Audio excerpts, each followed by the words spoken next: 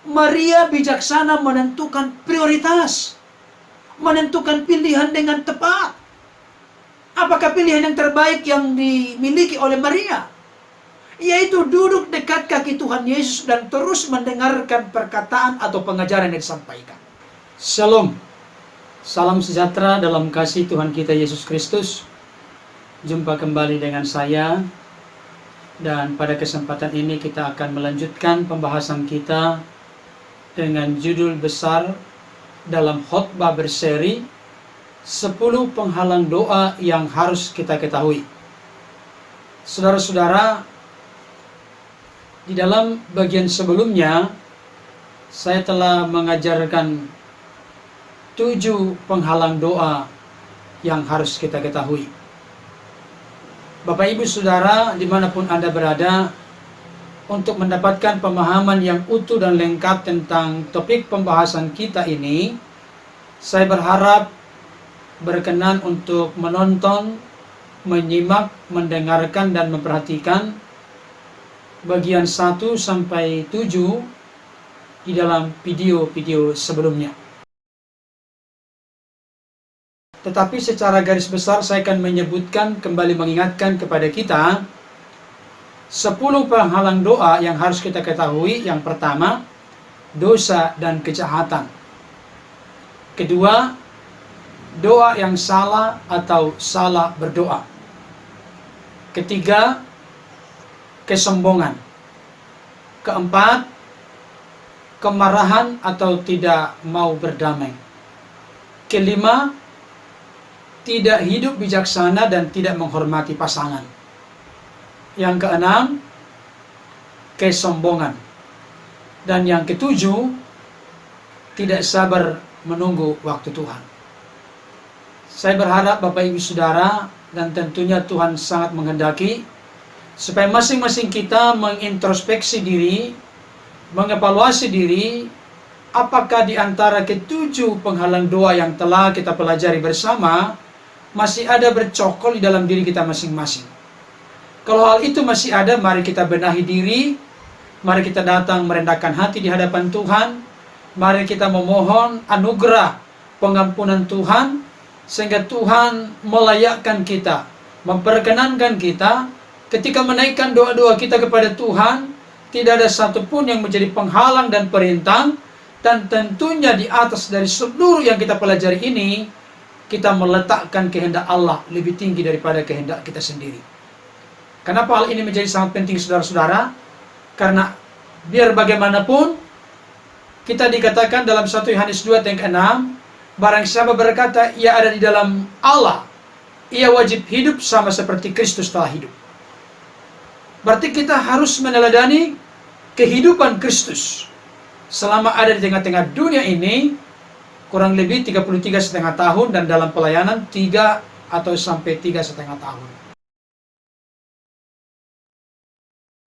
Saudara-saudara, salah satu yang menjadi pegangan penting bagi kita yang mencontoh meneladani kehidupan doa Yesus. Ketika Yesus berada di Taman Getsemani, Yesus berkata, kalau boleh ya Bapa, biarlah cawan ini berlalu daripada aku. Tetapi janganlah kehendakku, melainkan kehendakmu yang jadi. Artinya, cawan di situ berbicara tentang penderitaan. Dan Yesus berkata, biarlah jangan kehendakku yang jadi, melainkan kehendakmu yang jadi. Jadi Bapak Ibu Saudara, jangan salah mengerti. Sekalipun atau walaupun kita telah mempelajari penghalang-penghalang doa ini, tetap di dalamnya kita meletakkan kehendak Allah lebih tinggi daripada kehendak, keinginan, kemauan kita sendiri. Kenapa hal itu menjadi sangat penting Bapak Ibu Saudara? Karena kita harus sadar dalam hidup ini bahwa kita punya kekurangan dan kelemahan. Kita punya keterbatasan.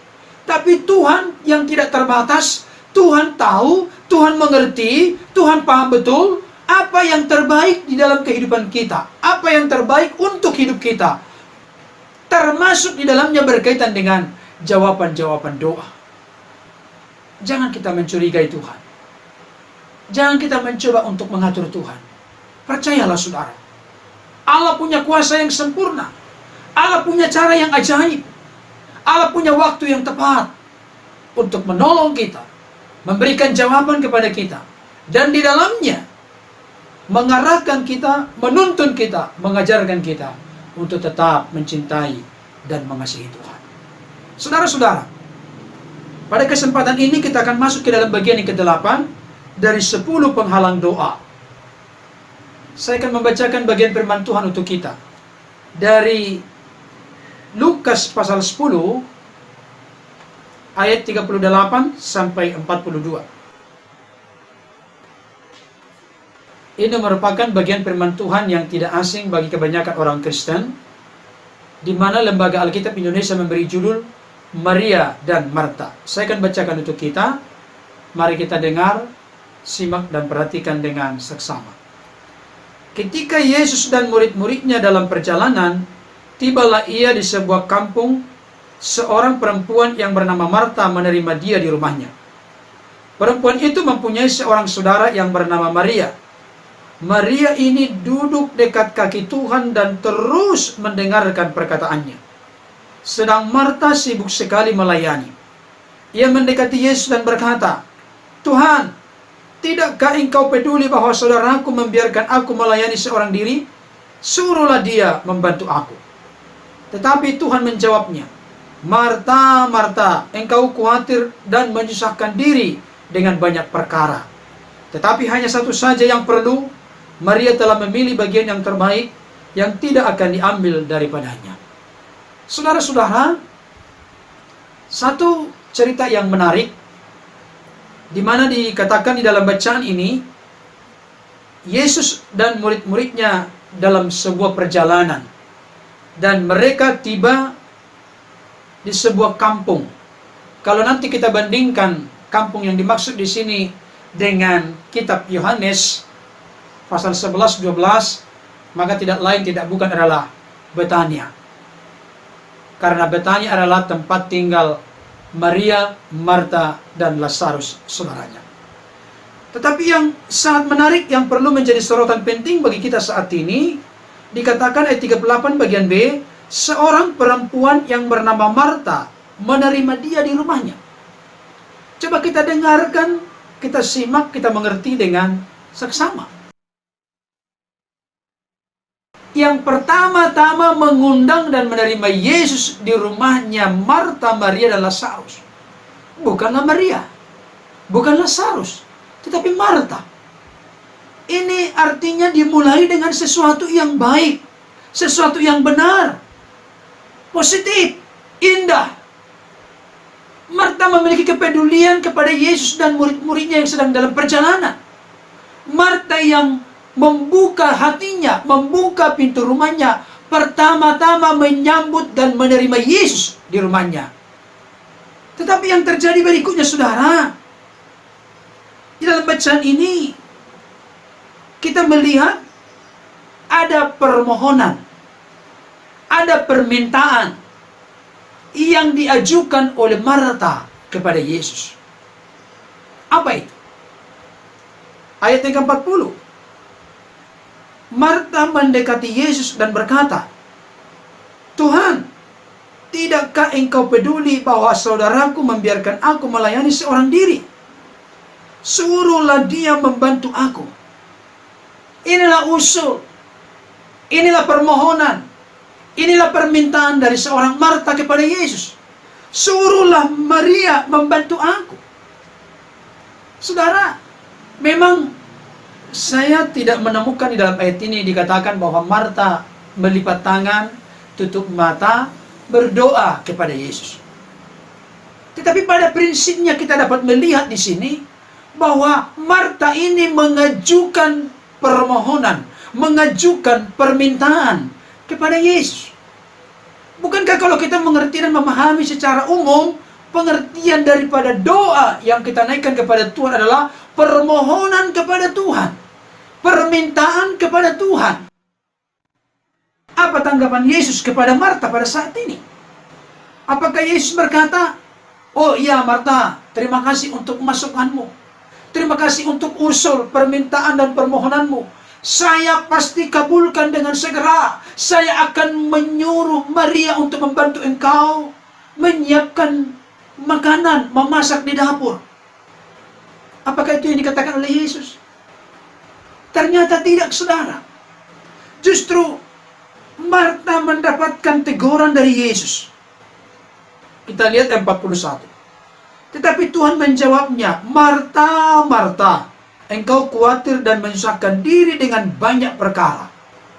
Saudara, apa yang diharapkan, apa yang diminta, apa yang dimohonkan oleh Marta kepada Yesus, ternyata Yesus tidak menggubris.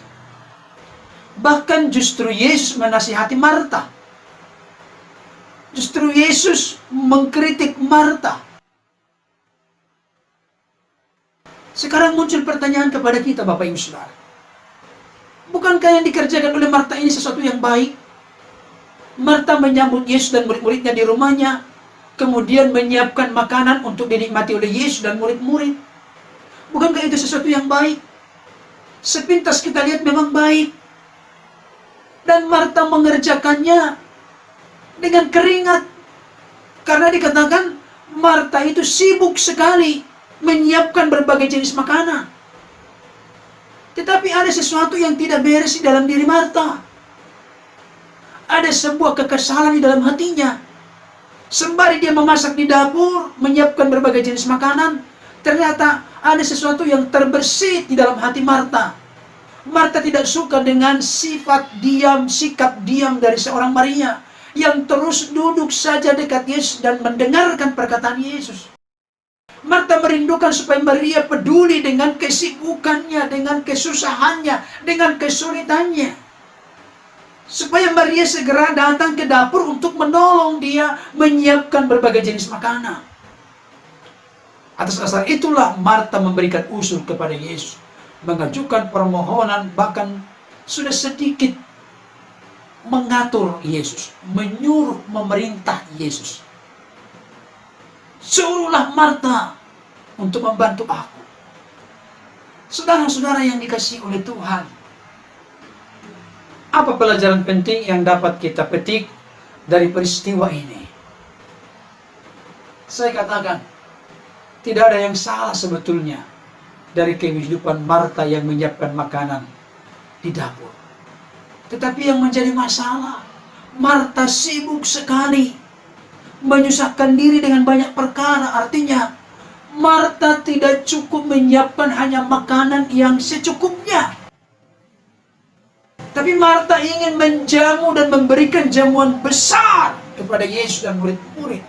Karena menurut pola pikir Marta, itulah cara yang efektif, cara yang terbaik, cara yang paling utama untuk membuat hati Yesus senang bersama dengan murid-muridnya. Ternyata Yesus tidak seperti itu. Ternyata apa yang dipikirkan oleh Marta tidak klop, tidak cocok, tidak sama dengan apa yang dipikirkan oleh Yesus. Itu sebabnya Yesus memberikan kritikan. Bahkan Yesus menegur Marta. Apa yang diajukan, dimohonkan oleh Marta tidak mendapatkan jawaban sesuai dengan apa yang diinginkan oleh Marta. Maka apa yang menjadi penghalang doa bagi kita saat ini, saudaraku? Jelas terlihat dalam bacaan ini. Ketika kita tidak punya waktu untuk duduk dekat kaki Tuhan, dan kita sibuk untuk melakukan segala kegiatan yang lain. Bahkan kita berupaya untuk menyibukkan diri sehingga tidak punya waktu, tidak punya persekutuan, tidak punya hati yang betul-betul terbuka kepada Tuhan dalam mendengarkan firman-Nya. Saudara, seringkali Tuhan justru tidak mendengarkan doa-doa kita. Tuhan tidak justru mempedulikan doa kita. Oleh karena apa? Oleh karena kita terlalu sibuk dengan banyak perkara di tengah-tengah dunia ini. Kita tidak punya roh penguasaan diri. Di sisi lain, kita berpikir, kita mengerti, kita memahami, beginilah cara yang tepat untuk menyenangkan hati Yesus. Saudara-saudara, saya mau katakan kepada kita saat ini, jangan mencoba untuk menyenangkan Yesus dengan cara kita, dengan pola pikir kita, dengan batasan-batasan yang kita buat sendiri.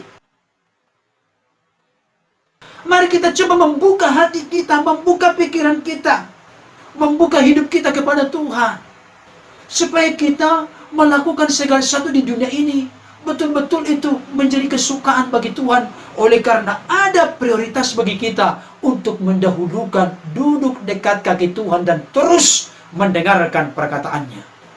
Saudara, justru boleh saya katakan dalam pengertian yang sempit, Marta yang mengukit batu, tetapi Maria yang menikmati kepiting. Kenapa saya katakan demikian? Bukan unsur keegoisan dari seorang Maria, tapi Maria tahu betul apa yang menjadi isi hati dari Yesus. Maria tahu betul apa yang menjadi hal yang paling disukai oleh Yesus. Dan Maria tahu betul bahwa yang paling dibutuhkan, yang paling diharapkan dalam hidup ini adalah kebenaran firman Tuhan. Itu sebabnya justru Marta dikritik oleh Yesus dan Maria dipuji oleh Yesus. Itu terlihat dengan jelas dari ayat 42. Tetapi hanya satu saja yang perlu. Maria telah memilih bagian yang terbaik yang tidak akan diambil daripadanya. Maria bijaksana menentukan prioritas, menentukan pilihan dengan tepat. Apakah pilihan yang terbaik yang dimiliki oleh Maria? Yaitu duduk dekat kaki Tuhan Yesus dan terus mendengarkan perkataan atau pengajaran yang disampaikan. Dan Yesus berkata yang tidak akan diambil daripadanya.